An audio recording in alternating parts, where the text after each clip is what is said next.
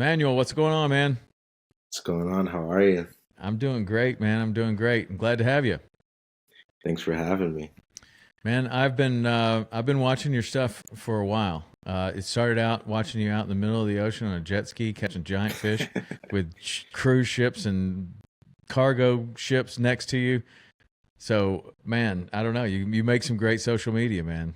Make some Thank great you. social media. How did you get started fishing on the jet ski? Uh, I've always been fishing with my dad growing up near piers and bridges and doing a lot of stuff down in the Keys, and I always just wanted to get offshore. So after high school, I found the easiest, most convenient thing I could use to get out there. Saw SeaDoo came out with this Fish Pro model, and I got it and just dived headfirst into it, learned how to fish offshore on a SeaDoo. Wow. So, Yeah. where'd you grow up? In Miramar, Florida. Okay. And then you were So coming down to the Keys a bunch? yeah, I used to go down to the Keys all the time with my dad and fish all the bridges and all those areas. Right on. And is your dad still fishing? Yeah, yeah. And you guys fish together? You ever get him on the back of that jet ski? No, no, he doesn't come on the jet ski, but no, we still get out there. Now you have kids of your own? No, No? Okay. no And kids. then so tell me about growing up in Miramar and coming down to the Keys. Like what kind of stuff would you catch in the Keys? Just the usual grunts, mangrove snappers, the occasional black grouper at the bridge, Mhm. tarpon. Uh, yeah, I forgot what the name of the spot is. It's like right next to a bait shop, and it's a little bridge. Me and my dad used Oh, to go under and is just that in Marathon? Vodka Cut? Vodka Cut, vodka dude. cut. So That's a serious place. The tide runs through there so fast, but the yeah, tarpon are in there. That's a tarpon, very popular place to jacks. fish. Yeah, Yeah, cool spot. you get a tarpon or a jack with that current headed out. Good luck, Yeah, right? for sure. So that lit the fuse Yeah, to for sure. want to go some more further deeper. Yeah, I just wanted to catch bigger fish, I've just always been fascinated with catching big fish, so that's what got me offshore doing what I do now. Okay. And so walk me through the how you get the Fish Pro and you're going out there a little bit and then you're going progressively further and further and further. I mean, what's the is there like a confidence kind of thing where you're like, okay, how far can I take this out, and then when do you like make the jump to like you're I mean you're out there. I mean, if you're in 100 Yeah, feet of water, you're as sunk as you are in 3,000 feet of water if something yeah, happens, I guess. So yeah. what's really the difference? So it's crazy, but at first I was actually on the first Sea-Doo model I ever bought was a Sea-Doo Spark. I'm not sure if you're familiar with those, but it's a smaller model. It's not at all catered toward fishing. It's more of a ski that you're going to use for fun, and you want to be out there getting wet and having a good time. And I built a PVC rack for it, and I put a cooler on it, and like ratchet strapped it to the Sea-Doo. And I was taking that thing offshore. My first video on my channel was taking that thing offshore, and I think I caught like a blue runner or something. Um, and after a while, I just wanted to be able to have my friends come along, or like go out with family and stuff like that. So I saw Sea-Doo had the Fish Pro, the bigger model, and I was like, geez, this thing is crazy. It has good gas mileage, comes with a Garmin, comes with a cooler, rod holders, pretty much everything you need to get out there. And then from there, I just made sure that I was on top of safety. So when it comes to EPIRBs, flares, everything I need, VHF radio, so I could get in contact with Coast Guard or SeaTow or whatever it is in the case that anything happens. So there's definitely it's you're out there in the middle of nowhere on a Sea-Doo, but then it's just such an intimate, awesome, different way of fishing that a lot of people just never experience it. They can't really understand it, but it's awesome. I especially bet, when you hook man. into a big fish. I bet. So tell me about the safety. Like, what are you going out there by yourself? I mean, sometimes you are probably, but Yeah, not every time. But not every time. A lot of times I am though. Out here in Fort Lauderdale, Miami, Palm Beach. My usual program is running out to the edge of the reef, anywhere between 100 foot to, if I'm looking for mahi, some days I'll be in 1,000 foot of water. Um, and I'm just trying to find the fish, you know? it's working for you. But I'm sure you've had some Yeah, close calls. Like, I mean, we have close calls in a 36-foot boat, right? Like, yeah, like I would imagine that you got to be extra sensitive of the weather. 100%. And And that's the main thing, the weather and just keeping an eye on the weather. And, sometimes the weather sneaks up on you and situations like that where, it just gets crazy out there really quick. so when's the what comes to mind when you think about crazy real quick and something that you've made it through and maybe decided you're not going to do that again? I mean, throughout my time fishing on a sea, I've definitely been in like some scenarios where it's just unique because you're out there fishing. 1 second the weather's beautiful, the next second you have wind, you have rain, you have waves rolling in, and then the thing that scares me the most is lightning. Yeah. That's like the thing that really scares me the most because the sea-doos are nimble and they could really handle a lot of going up and down waves and stuff like that. Obviously not ideal, but it's really just in those moments, just taking your time and just making it back to shore is all you can do. Dude, I mean, I don't know.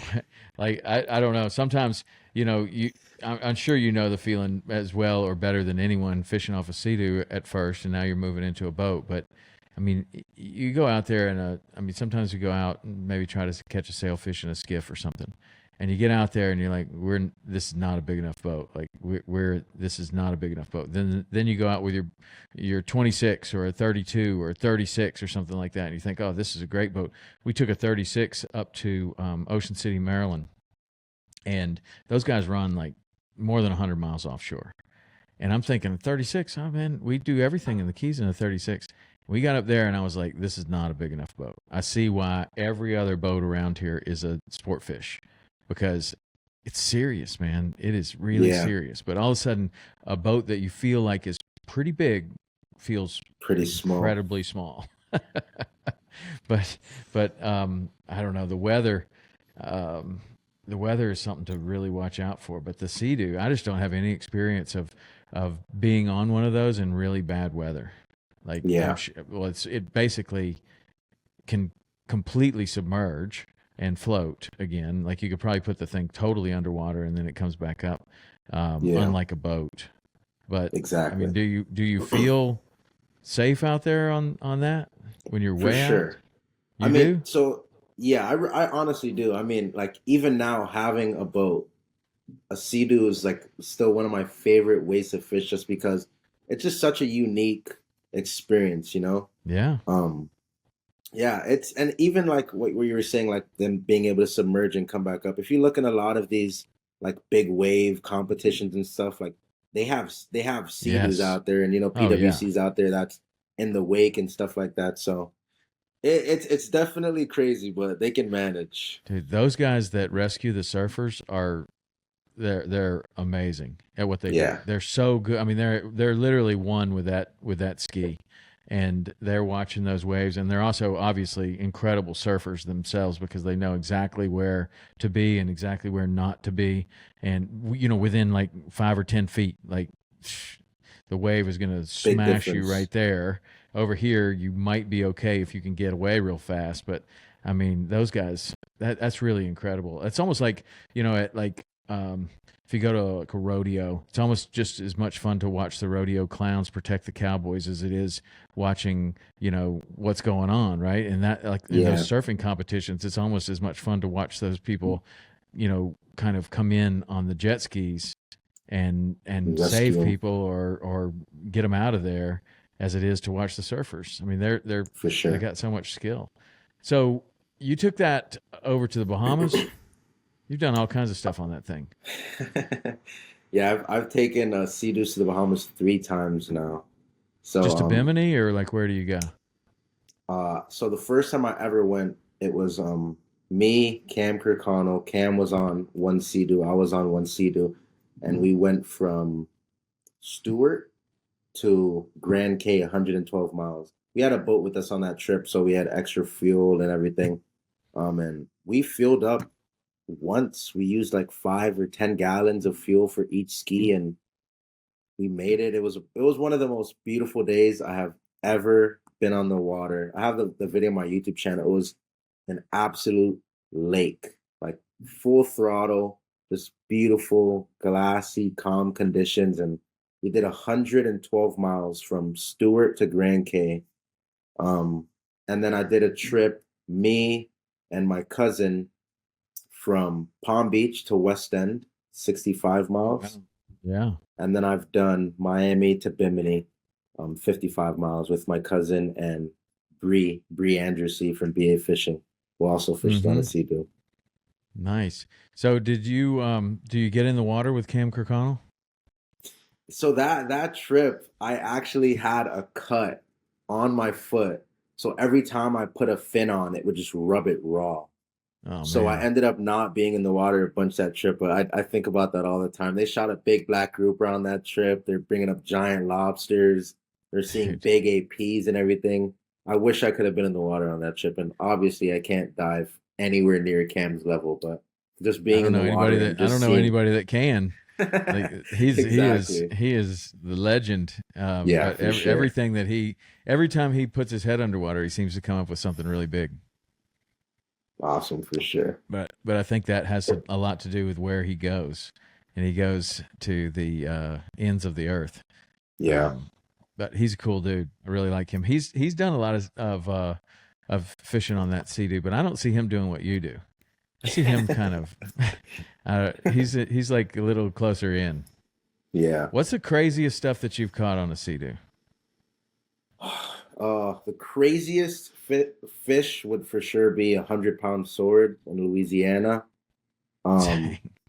and pretty much everything you could think of. I mean, I haven't the two fish on my radar right now that I still want to catch on the sea are bluefin tuna, yellowfin tuna, and a marlin. I want to do either blue or black marlin.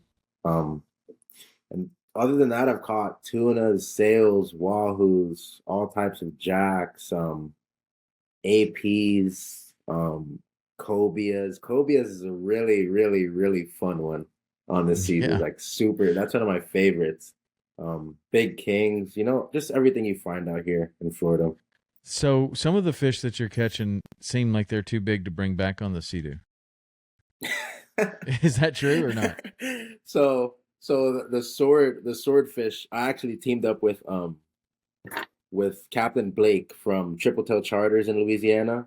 Okay. So we were, that's a super crazy run, unfamiliar waters. Venice in general can be a very dangerous area if you don't know what you're doing. So going into an area like that without local knowledge just wasn't something I was interested in doing. So teamed up with Captain Blake out of there, and we were out there fishing all day till I got a bite, and then once we caught the fish, held them up, got pictures, videos, and everything. We got him onto the boat for the ride back home, and it was pretty rough that day. We weren't pulling that thing home. Man, those swords are mean. Yeah, Did you experience that? Like, did it yeah. attack It the it the ski?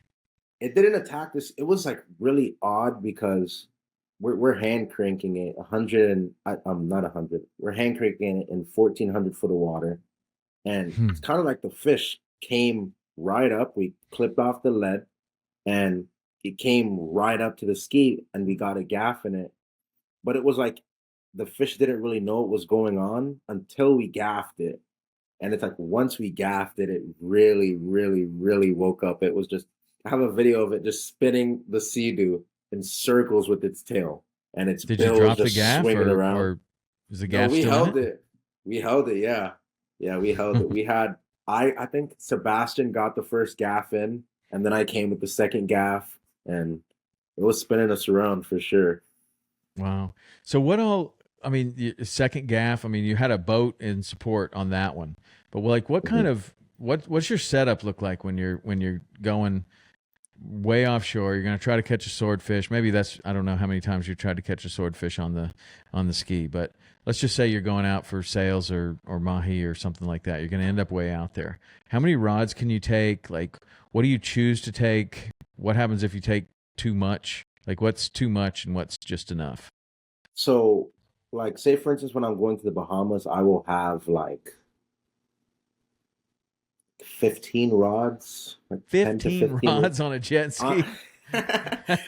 if you look, I have some videos or like some pictures when I get to the Bahamas, I'll just take a picture of me on the ski and post it on Instagram and just show everyone that I got there. And that's something people always comment. They're like, "Dude, how many rods do you need?" Well, you need a lot of rods just for different types of things. Sure. Um, but on a day fishing out front here, I'd say like 6 to 8 rods. Okay. I'll All have right. a couple for live bait. I always have one or two jigging rods. Then I usually have like a dedicated bottom rod. Okay. And And are you then able to? Oh, go ahead. if I'm going like out of the Keys or something, I like to do a lot of deep dropping in Isla Morada. So Mm-hmm. on those days, I'll usually just run out with an electric or two, and then just some jigging stuff and some trolling stuff as well. So So between do you? like 6 to 8 rods. Okay. And do you have your ski wired for electrics, or are you carrying an auxiliary battery?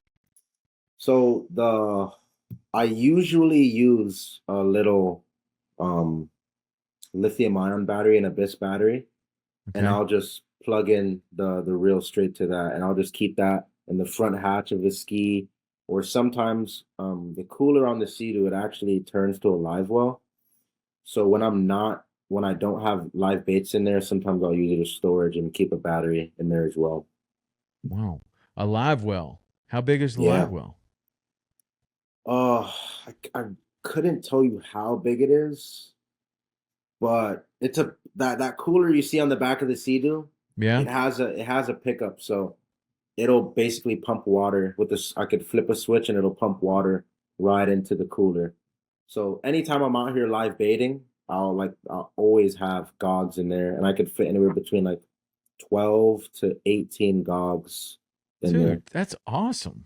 Yeah, You can it keep it 18 goggle eyes alive on a jet ski while you're out there. it really works well.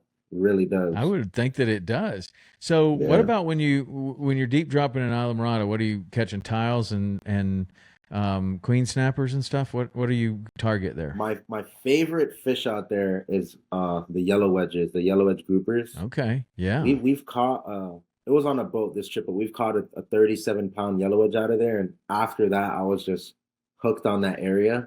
And then since yeah. being back, just blue line towel fish. I've caught a queen on the ski. I have caught yellow wedges on the ski, snowies. Yeah, pretty much all those deep species. And then how many of those? Like, if you have a really good day, what are you capable of bringing back? Like how many fish can you bring back on a ski? So I mean, I've I really keep asking never. this because it just seems like you're going to run out of room. Yeah. You got yourself, you got all this fishing tackle. You're going to bring you got bait. I mean, it's amazing that you can fit that much stuff on a small. I mean, they're really pretty small. I mean, they're big for a jet ski, but Yeah. they're small for a boat. Yeah, for sure. It's about 12 foot long. I think like 3.5 or 4 foot wide. But when you look at it compared to a traditional ski, it's a lot bigger. You know what I mean? Like you have a lot more space than a traditional ski that's just meant for touring, you know? Um, Mm-hmm. but in between my seat and my cooler, I pretty much always have a fish bag there. Um, so I can Okay. fit a lot of fish in Yeah, there in a bag. if Yeah, need be, yeah, in the bag. those bags are nice. Yeah, they're awesome. That's my Which one do favorite you thing. use? It's What a do you have a Opa. brand that you like? Okay. It's a Opa. I just found it on Amazon. Yeah, I think there's a number of brands that are really good, but I've been Yeah. surprised at how well some of those will keep ice. I Yep. mean, yeah, they work great. So you've really doing these things, a lot of them are really um, interesting on social media. I mean, it's definitely a scroll stopper to see you with 15 rods on your jet ski or way out in the middle of the ocean. What's your journey been like on social media? Like, when did you get started on social media? Uh, I got my first SeaDoo in 2018. For the first couple of years, honestly, like most people just thought I was nuts. Um, like they're just like, dude, what is going on? It took a while to catch on, but I've just been super consistent, you know? So I'm like always putting out videos that just don't stop. So after a while, I remember it was a video where I was out there. It was a day, it was pretty rough. I ran out of Miami and I'm out there, the wind's blowing. I have on a jacket, I got on bibs, I got on boots, and I ran across like a frigate bird and I opened my cooler, I got it pilchard out. I hooked one. Once I hooked it, I put it in the rod holder. I just threw out another bait and I instantly doubled up. And it's just like one of those picture perfect moments where one of the mahis, when I landed it, it was a male and a female. One was, the traditional like yellow color that you see in mahi, and the other one was just electric blue. So the contrast of the two fish was just amazing, and that video exploded. And from there, just staying consistent, continuing to post videos, it's just been like almost like a snowball, just compounding. I'll have new people that come along. They go down to the bottom of my profile. They watch all my videos, and then from there, they're just like, "What's going Yeah, on? I need to see more of this." for sure. So, what's your favorite platform? Instagram. I really like short form content. Yeah. I think you could just reach so many people with a 30-second video, a 40-second video, you know? Whereas like Mm-hmm. on YouTube, I film everything for YouTube. So like in terms of like I'm shooting everything wide and then Yeah. I'll repurpose everything for Instagram, TikTok, Facebook. But it like YouTube can be very hard, you know? Like YouTube can Yeah. be very, very, very hard. Well, when you say YouTube can be very hard, like what do you mean? Because I've had my struggles with YouTube. I've it's been challenging for a lot of TV guys to move Yeah. over to YouTube. But what when you say YouTube is hard, like what do you think is hard about it? Just like I would say this in terms of engagement and viewership, that it can just be tough, you know, like how like a million views on Instagram, in my eyes, is so much easier to get than a million views on a YouTube video, I think so which too. I mean, which that's I've been I've my experience. yeah, and I've done it. I've done it. Like all of my huge YouTube videos are me taking a sea to the Bahamas. So those are the videos where I'm like, holy smokes, like these get a lot of views, you know what I mean? But it's not Yeah. every day you can do that. You know, it's not every day where you're out there running to the Bahamas. And a lot of days it's just a regular day here in Florida, we're just fishing. You know what I mean? So Yeah. I think it's easier for someone to scroll across a 30-second video and something quickly catches their eye, and now they're watching the whole video versus getting someone to sit down for 10 to 20 minutes and watch a whole video of you going through your day. You know what I mean? Right. Yes. Yeah. So what about the other platforms? Do you do Facebook?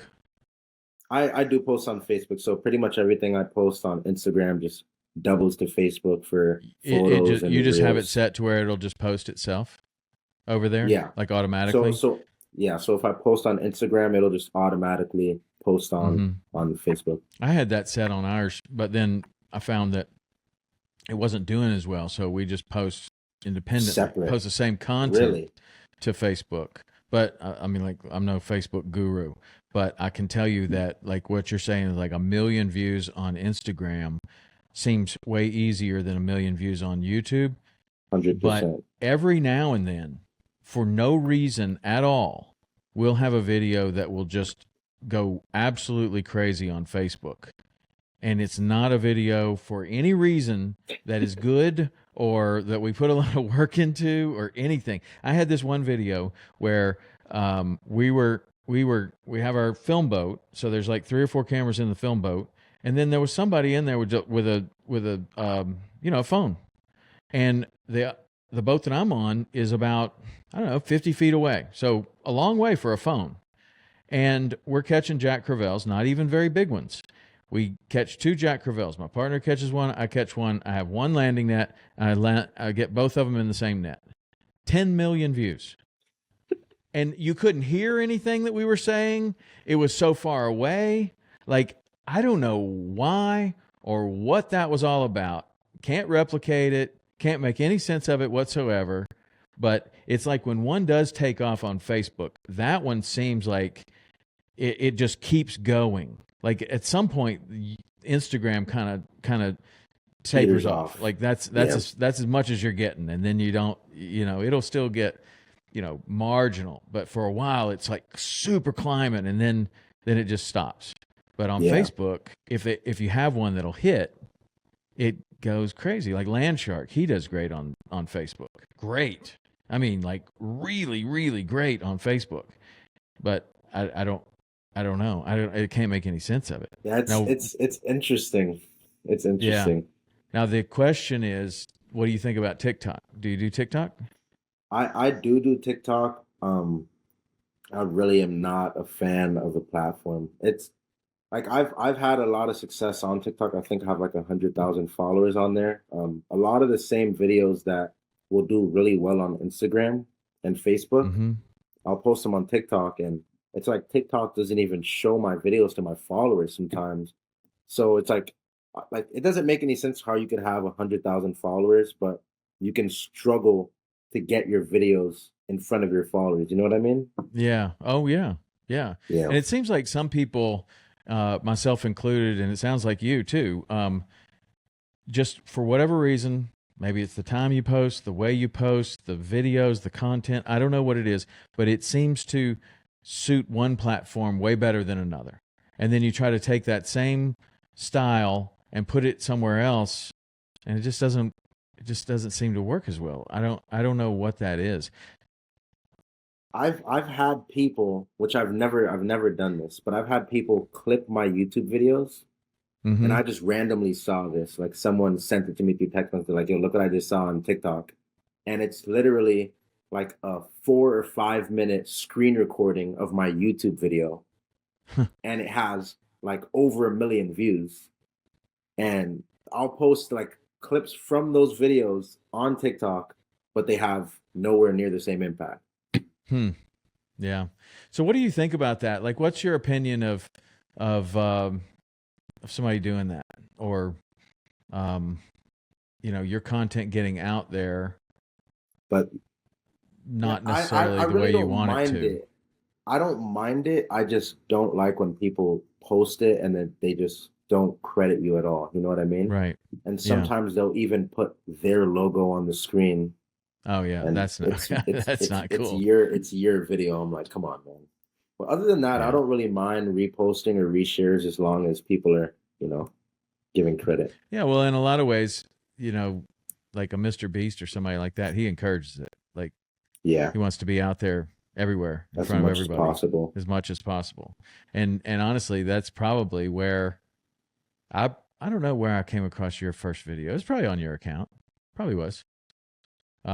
Anyway, so how like it sounds like with all the different platforms, with all the different videos, all the different edits, is this what you're doing full time?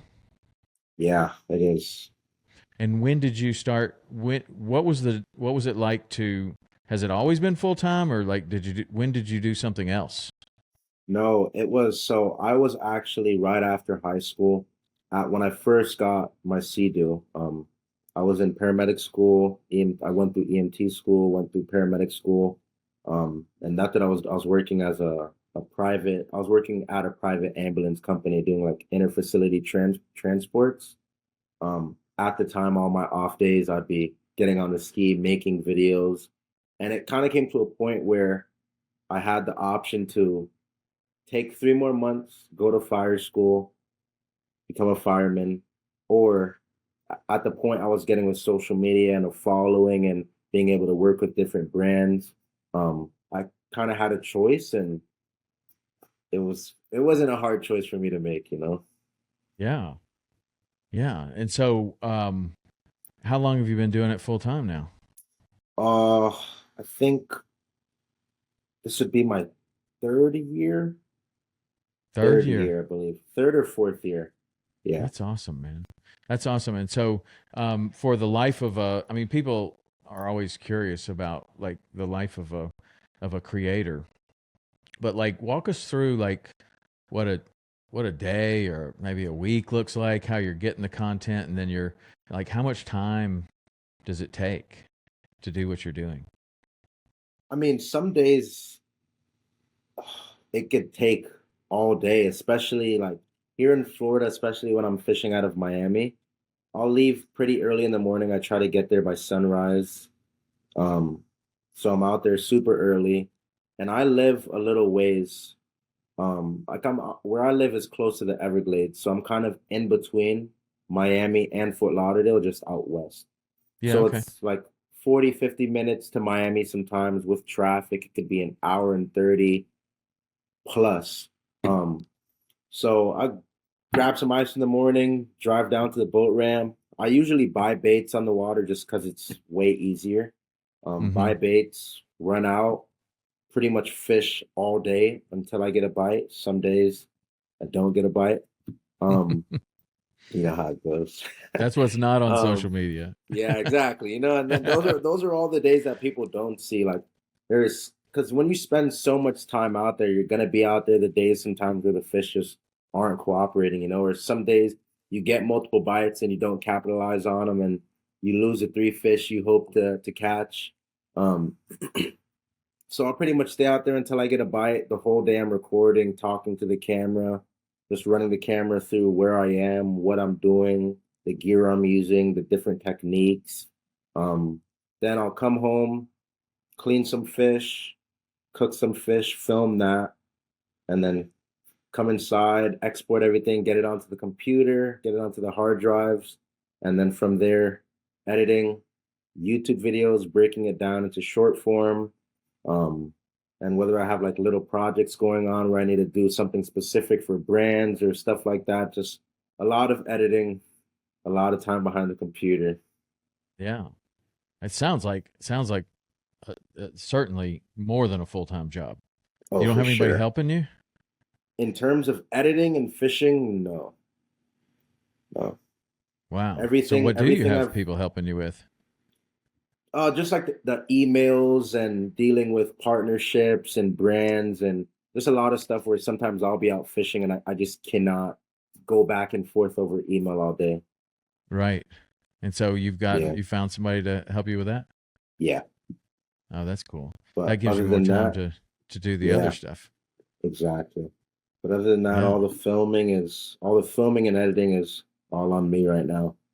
Right on. I was watching one of your videos, that lobster recipe that you had where you mixed in like it's like cottage cheese and butter and cheese and some other stuff, some spices. Dude, that thing looked, what do you call that? That looked amazing. I actually just made that. I went lobstering last week. I did that again. It's lobster mac and cheese, and it Hell is yeah. delicious. It is so Yeah. good, so That good. looks amazing. Yeah, That thing, that was it is great. I so mean, good. I'm not a great cook, I guess, but I mean, I watched it because like I saw you and you were cutting it with scissors. That's what I do. I cut the back of the lobster with scissors like that. It's way easier than a knife. And I was like, oh, he's probably just going to do what I do. And then you started whipping up this whole thing, and I was like, God dang, I got to try that. That's going to be It's good and it's simple and it's like pretty quick because you get the lobster into the bowl, you get some noodles into the bowl, add your ingredients, add your cheese, mix it up, throw it in the oven 25 minutes. And it's delicious. Where'd you learn how to cook? I wouldn't even consider myself like honestly, like I wouldn't even consider myself a cook. I really just like throw it together. I have fun. A lot of people tell me I can't cook. That's completely fine. As long as it tastes good to me and the people eating it is really all that matters to me. Um, but I am in no way, shape, or form a chef or a cook or anything like that. So, um, your company name, your YouTube page is called I Belong Outdoors. Where'd that come from? Uh, I really I can't fully remember. I mean, I know my sister is like a huge part of what I do. She helps me with management and everything.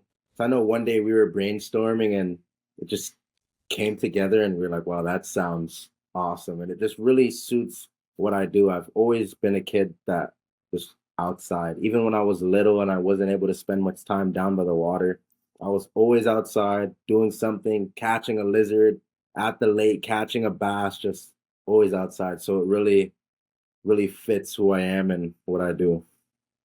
So tell me about the new venture. You got a boat. I did. You moved into a boat. Tell me about the boat. It's awesome. It's 27-foot Sea Lion. It's powered by twin 200 outboards. It has a tower on it.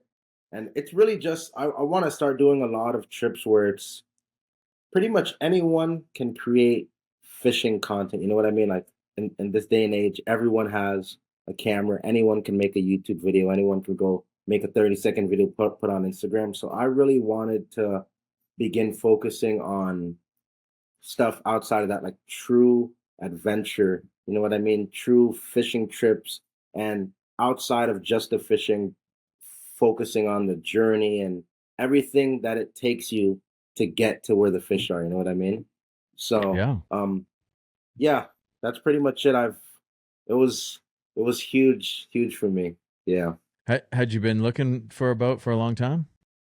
No, it was No, kind you of just one day I just came up with an idea and then a couple months later it happened.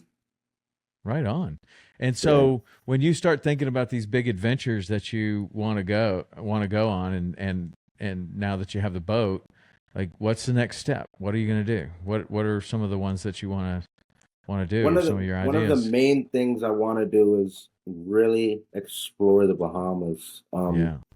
I've the Bahamas is one of my favorite places ever. It's just, Mhm. so full of life, so beautiful. So I just want to really spend some time out there and really explore and, look for those yellowfins, look for those marlin out there and just really spend time out there fishing and filming. You like getting in the water too, though, even though you had I, a hurt foot when you had the master as your guide. yeah, I'm not like I'm in no way, shape, or form a good free diver at all. But I can, get in there like 20 foot of water, get down there. Um, Mainly lobstering. I used to get in the water like some shallow reef here in Miami and shoot some yellow jacks and mangroves and stuff like that. But I think I'm definitely more of a fisherman. I enjoy being out of the water more than I do in it for sure. I like diving, but I just I don't do it enough, and I don't know. I'm more of a fisherman, And I feel even like though I it, grew up in the water, right? Like I was on yeah, the swim team and I spent a lot of time in the water and I'm very comfortable in the water, but I being in the water in the ocean, doing stuff like what Cam Kirkconnell does, that's a whole different thing. And I kind of believe that if that's what you're going to do, it's kind of like being a pilot. You don't want to be a part-time pilot, yeah, like that needs to be your thing. your You need to thing. do that all the time. And Yeah, to be safe and to be aware, like him, like he spent a lot of time in the water. A lot of my friends that are big time free divers and spear fishermen, I mean that's what they do. Like yeah, that's their deal. So I don't know if I can go with them, I'm good. you know Except I can't keep yeah, up with them, but exactly, but exactly. I feel safe, and it's like, and then we Yeah. have success, and that's fun because sometimes I don't know, you can be a pretty good fisherman, and then you get in the water, you're like, huh, there's usually fish here. Yeah, yeah. um, so what about you think you'll go out of state, like back to Louisiana in your boat? That place is amazing. What do you think about Louisiana? Louisiana is one of the like I can't even explain the fishing there. It's just nuts. Like I've been there two times. One time I went to go sorting, and the other time I went, I have a homie out there, Rich, and he has I have a homie out there, Rich, and he has two Sea-Doos. So I went out there last summer and visited him, and we put an absolute hurting on the cobias. Fishing the rigs and all the Those life near there, and shore rigs, the ones that aren't very far out. That's what we did when we were yeah, there too.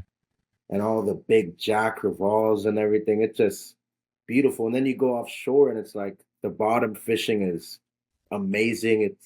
It's definitely a place where I've thought like, man, I could definitely live in Louisiana. I'll I tell could you what, definitely do it. as far as the fishing goes, Yeah, it's unbelievable. And then if you actually go up the Mississippi River there, and you're actually we like my friend Anthony Randazzo has a lodge there, Paradise Plus, and I've done a lot of fishing with him. And when we were fishing the professional redfish tournaments a long time ago, a lot of those tournaments were in Venice, Louisiana. And yeah, so we got to know that area pretty well. It's changed a lot because the marsh has retreated, and a lot of the stuff that we were fishing doesn't even exist anymore, which is interesting. When you go back, you got these spots marked, and you're like, man, the GPS must be wrong. Like, what's going on? There's nothing. There's literally nothing here, and this is where we were fishing. Up against grass a wow. long time ago. But it's changed a lot, but still incredible. But up in the river, I remember we went there. We went there right after Hurricane Katrina, and it was total destruction at that place. And we were one of the first. Anthony could get in there because he owned property in there, and it was not livable, but you could go in there and fish. And he took us in there pretty soon after Katrina, and he showed us. He pointed at the sonar. He's like, "How deep do you think it is here?" I said, "It's 23 feet." He said, "Nope, it's 33 feet." And I'm like, "Well, there's a red line on the bottom right there. It looks like it's 23 feet to me." He said, "All that right there, trout. It's all trout. 10 feet of trout." And No dude, we went way. across the river this way, same thing. We went up the river this way, same thing. You drop a bear jig head down and you catch trout. On. I guess when you take one of the largest rivers in the world and you dump it into, the Gulf of Mexico or the Gulf of America now, it is going to be a fish factory like we don't have anywhere else in the United States. And Yeah. that's exactly what it is. It's Yep. crazy. Like how much water is dumping in there and the fish life that is around that. And It's it just amazing. keeps going offshore.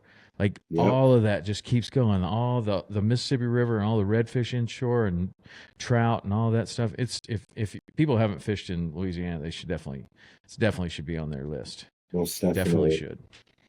So, outside of the adventures in this country, do you have any plans on going somewhere else? Like, would your social media world take you to international destinations, or you got any desire to do that? Hawaii, Mo- Most definitely. I was supposed to be in Hawaii last year. really? Ended up having to cancel the trip because just random last minute stuff. But you know, Sea-Doo fishing or PWC fishing in Hawaii is huge. So they do a lot of marlin and a lot of big yellow fins and stuff over there as well. So definitely want to get out to Hawaii. Definitely want to do Australia as well. Those are like Yeah. my two big ones. Australia looks like, oh my goodness, Australia is I amazing. I can't was wait. lucky enough to go there a long time ago, and it was everything that I thought it You was going to be expect. and more. But I That's didn't even awesome. get to touch like the Great Barrier Reef. I didn't even get to fish there. So what we did is we fished. Australia has a peninsula on it that's a lot like Florida. It looks like Florida. It extends to the north. They call it the Carpentaria region, and it's about the same size as Florida, and it extends to the north of Australia towards the equator, kind of like Florida extends to the south off the United States towards the equator. And when I got there, I noticed that the vegetation was about the same as, like starting in Orlando and then moving down to Miami and then getting into the Keys, like straight up mangroves. And when I landed in Cairns and then started moving north, and as we kept moving north, it was like Man, this place looks just like Florida. Like it's the same kind of vegetation. The trees are different, but they're kind of the same. You know what I'm saying? Like it's Yeah, not exactly the same species, but it's like a flowering tree like a bougainvillea or something like that. Like it's just very familiar. And then the fish were familiar. Like they have basically all the same fish that we have with slightly they look a different. little different. Like the barramundi Yeah, is very snook-like. It's a very snook-like fish. They live in the same kind of areas. They fight real hard, mean. yeah. They have a lot of the same behavioral stuff. They've got the GTs, which are like Jack of our alls. jacks. They've got these baby tarpon things that are called oxeye herrings, and they're about 5 pounds at the biggest. That's about as big as they get, but you can catch a million of them. Like they don't spook like baby tarpon. They're more like a school of jacks. And so you're just catching. It's more like I guess it would be more like it'd be like a giant ladyfish, right? Like Yeah, and but they fight like a little tarpon. They had permit there, an Indo-Pacific permit. They had the only Ma- fish. I think the people in our group caught 53 different species of fish that we all counted up. There was only one that we could think was exactly the same as one that we catch here. And that was one that you've mentioned already, the cobia. The cobia, there's no discernible difference between a cobia in Australia and a cobia here. All the other fish would have like they would be slightly different, right? Like the permit had like a little extra like long nose on it than our fish, than our permit.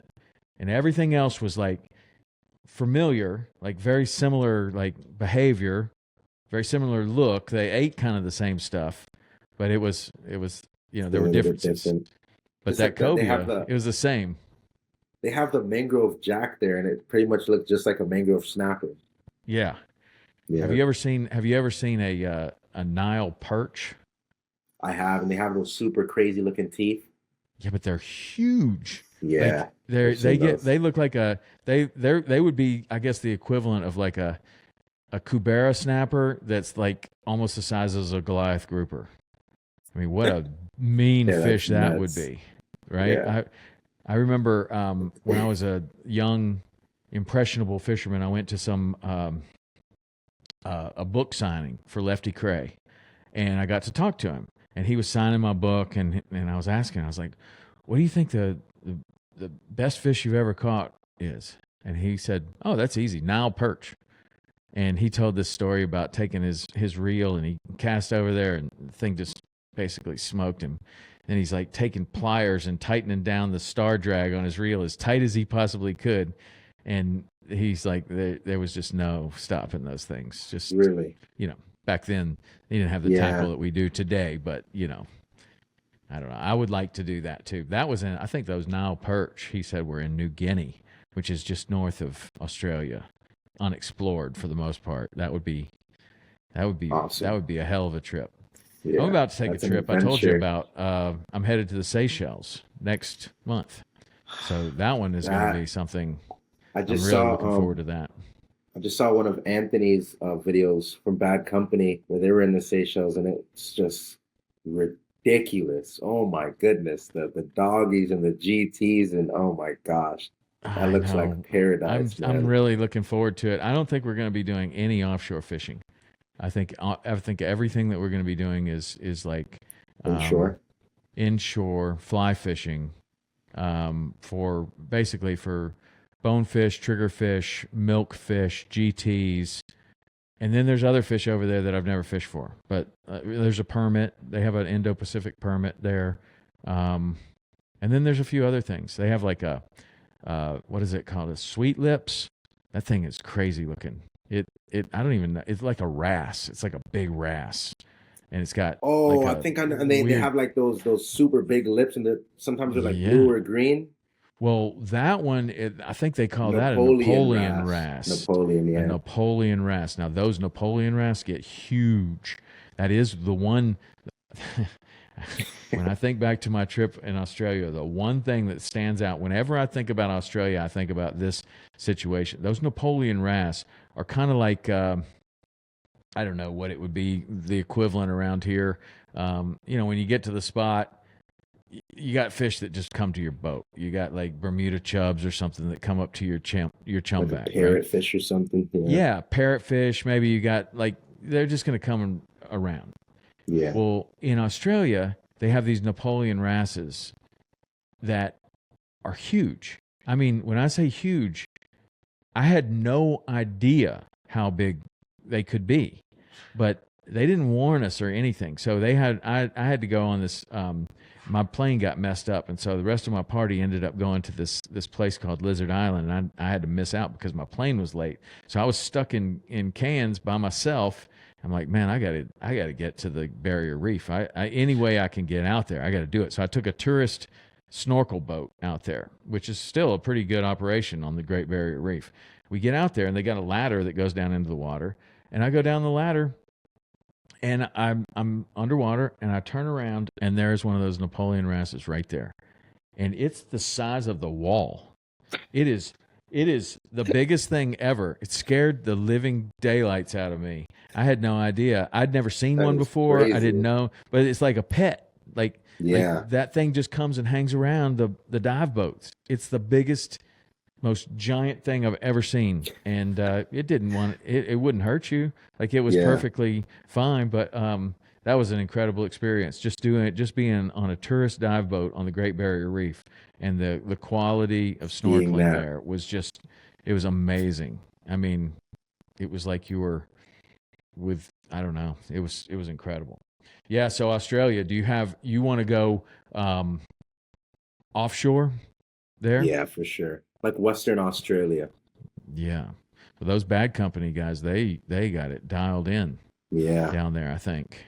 Everywhere, man. Just on the Yeah, big well, ones. they got it dialed in everywhere, I think. For They got sure. the I've never seen anybody have quite the spread, the setup as Yeah. he's got. It's pretty It's awesome. awesome. Do For you know sure. him? Yeah, we've spoke a bit. You gonna go fishing with him? You get him on Hopefully. a jet ski, maybe. Hopefully. Hopefully. Should put a SeaDoo on one of his Yeah. boats, catch a marlin. Shoot, I promise you, he could put you on a marlin. I For promise sure. you. For sure. So, um, so you got anything coming up that you're excited Well, about? I'm just excited for summer to come around and get a bunch of flat, calm days where I could just fish as often as possible. I definitely want to go back to Louisiana soon and do some cobias and explore some of the deep sea stuff like the bottom fishing and the sword fishing and stuff like that. So I really just want to travel around a bit and just do something a little different than the usual program here in Florida. Yeah. How big of swordfish would you be comfortable hooking on a sea-doo? Honestly, As big if as they I'm come. honestly like if I have a boat with me or even if I have another sea with me, I would honestly as big as possible. I'd love to do it. Just because the challenge, it's like Yeah. why not try it? They're mean. The the I can the tell you reason that. I haven't done it here in Florida is because the current is just tremendous, versus Louisiana. You're using so much less weight in Louisiana, dealing with so much less current. Here in Hmm. Florida, to manage the rod and keeping the heading while out there sorting on the SeaDoo is just not at all easy. So when you think about doing some different stuff, do you think about, does it need to be on the sea-doo, or you're open to the boat or Oh other no, people's yeah, I'm boats, I'm or I'm open. I'm open to everything. I right still on? have two SeaDoos, the boat, so I just want to spread it out, do different things because certain things truly like cobia fishing, the cobia fishing I did in Louisiana last year. I don't think I'd ever want to do it on anything other than a Sea-Doo just because of how fun it was. Like just fighting those fish, hooking them off the rigs, pulling them towards the Sea-Doo, having to drive away from the rigs, having to keep them away. And then once you gaff them, it's like a whole nother ordeal. So that Could that is like that was such a highlight. That was so much fun. That's a mean fish too when you get them on the gaff, and when you, I Yeah. mean, you throw them in the boat or in a cooler, but you're just tucking them in your fish bag. We had one last year where it was actually my buddy Rich. He had him on, and the fish was just going crazy. So I offered to come in and gaff it for him. Once I gaffed it and I got it into my footwell, the fish literally did, like, I have a video of this. The fish does a full like flip, lands back in the gunnel, jumps out of the boat, jumps out of the SeaDoo. I have to reach back over, gaff him again, and get him back into the SeaDoo. It was that place is just so awesome. You ever have So crazy. any stories with sharks in the sea, Oh dude? yeah.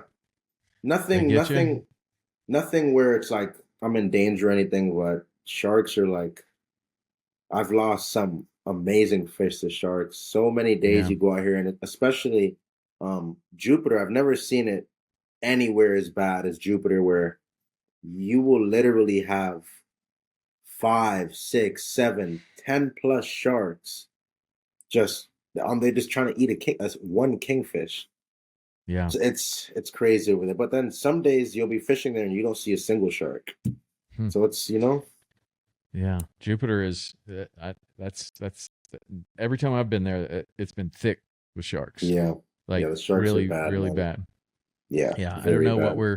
I don't know what we're I don't know. I had Chris Fisher on from O Search recently, and he's been doing all the shark tagging and everything. And I asked him what his thoughts were on sharks and the what where we are with the population. And he was like, he was very optimistic. He was like, this is a healthy ocean. This is what the ocean is supposed to look like, and we are on a rebound. And this is a healthy ocean. And maybe, like for people my age and his age, maybe we have not been fishing in a healthy ocean our whole life to see. Like a lot of people are like, never seen sharks this bad.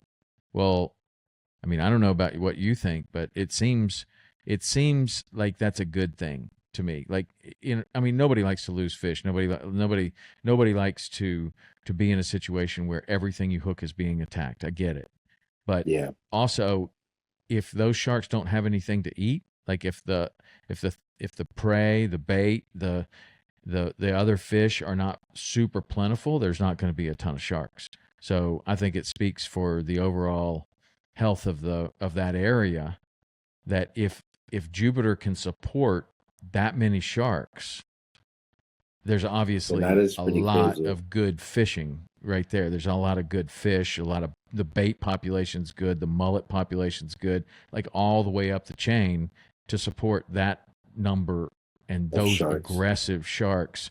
Like they have to eat. Yeah. Like they're eating or they wouldn't be there. Right? Yeah. So I don't know. I like that. I like the optimistic approach of this is a healthy ocean. Now we just Yeah. have to learn how to fish in it, But you know. I've also heard that the fishing back then was so much better than it is now, especially like here in Florida. Yeah. Yeah. I don't So, know. but I mean, I didn't experience it, so that's just what I hear versus like what I'm experiencing now, and then dealing with the sharks. It could just be like some days you catch two fish, and both of them go to sharks, Yes. I and know. it's just It's it's the really it's worst. really a situation. It's really a tough situation, but I don't know. I mean, my own fishing, the tarpon fishing has definitely changed. We hooked more tarpon when I first started guiding, and I wasn't anywhere nearly as good at it, or that's the way it seems to me that I've spent a lot of time doing it. I seem to have gotten better at it, but the catch ratio goes down or the hook ratio goes down. They just don't want to bite like they used to. But I can't say that about every fish. I mean, I remember like it was a really big deal for somebody to get a grand slam on the flats, like a permit, a bonefish, a tarpon. It was a really big deal. And in fact, we had a tournament. It was called the Red Bone tournaments. They were a celebrity kind of charity tournament for cystic fibrosis. They're really popular tournaments in the Keys. They don't really have them anymore. But there was a tournament. It was a slam tournament. And for the first few years, the rules were, well, if you get a slam, you win. And then at the end of those tournaments, guides are going in there and they're getting, 8 slams. And there's like 6 guides that have multiple slams. And so In a then once you day? get a slam, yeah. Well, Wow. this was a 2-day tournament, right? But yeah, you can get a slam in a day. I mean, that's an official grand slam is a permit of bonefish or tarpon in the same day. And so then, it gets bastardized to, well, in this tournament, that it would be a slam, right? But I just see a lot more people catching more. Now, so many things have gotten better. The boats have gotten better. Our outboards have gotten better. We can go further, faster, better fuel economy, bigger gas tanks, bigger boats in a lot of cases. You can, bigger live wells, bigger everything. Everything's gotten better. The fishing Yeah. tackle's gotten better, and that is definitely going to improve the catch rates. But I think that the fishing is as good, if not better, as a whole on the flats than it has ever been. Now, you have lots of different little things that have gone on. Like when I first got to Key West, the permit fishing was amazing. It was by far the best place in the Keys to fish for permit was Key West. And Islamorada was the best place to fish for bonefish, and all the world records came from bonefish out of Islamorada. All of them. I mean, you could go back and look in the book, and it was either Bimini or Islamorada. And then we had something happened, the cold front in like 2008, and those fish just kind of disappeared for a while. They might have died, they might have moved off, they might have gone somewhere. I don't know what happened to them. But then now the bone fishing in Key West is the best. Really? And when that happens, for whatever reason, it doesn't seem like the permit fishing is as good as it once was. But the bonefish is better than it's ever been. Tarpon fishing is Things about are the just same. changing. Yeah, you just see like ebbs and flows, and I think you always Yeah. see ebbs and flows in everything. But I think that it does seem like overall everybody's catching fish. Like most of the guides are coming back. Yeah. Their customers are catching fish, and I don't know. We certainly have a lot more tools at our disposal. Electronics. I mean, like you hear those stories about like Ralph Delph and Robert Trossett when they first got to the Keys. They didn't have GPS. They had Loran, and they're finding these wrecks way out in the middle of nowhere. Could not Oh, and they imagine. can find those things. I mean, they're like running on a compass bearing and with a stopwatch in their hand, looking at the RPMs of their motor. We're going to run 4,500 RPMs for 3.5 minutes at this compass bearing, and then we're going to run a different compass bearing for 5 minutes, and we're going to be at the spot, or for an hour and a half, and then we're going to be at the spot. Like today's fishermen, like that, trying to find something like that is. I mean, Yeah, first of all, it's how would you find incredible. it the first time, and then secondly, like how do you find it again with nothing like No what we have electronics. today? No, we're lucky Yeah, today, man. We got all kinds of stuff. We that's got for all kinds of sure. stuff. Right on. Well, how do people follow all your different accounts? On Instagram, Emanuel W underscore. On YouTube, I Belong Outdoors. And on TikTok, E-Man Belongs Outdoors. And then Right on on. Facebook, I Belong Outdoors as well. Okay, so I belong outdoors. That's pretty much all the way across, except Instagram. Yeah. And then, do you have any plans on would you ever want to be a guide, or just Not stick right to now. what you're That doing? that that's honestly never been something I've even thought about. I've always just really enjoyed creating videos and taking people along in that way. Before I made fishing videos, I actually like grew up with my friends making skateboarding videos, riding all around, going to skate parks, and that's kind of how I got into editing. So I've just always been in love with video creation. So as of right now, no, being a guide isn't in the Right plans. on. Well, you're doing a great job, man. Your social media is one of my favorites. So check it out. Thank you. It comes. I don't even have to check it out. It comes across my feed all the time. You're doing a great job. I don't know how you do that, but it's doing great, man. So it's really cool to have you on the show and get to know you a little bit. I really appreciate you coming. And you guys should check it out. If you're not following him, definitely go give him a follow. And he's catching some wild stuff on a jet ski a lot of times. Pretty cool. All right, man. Thanks. It's great to meet you. Likewise. Thank you.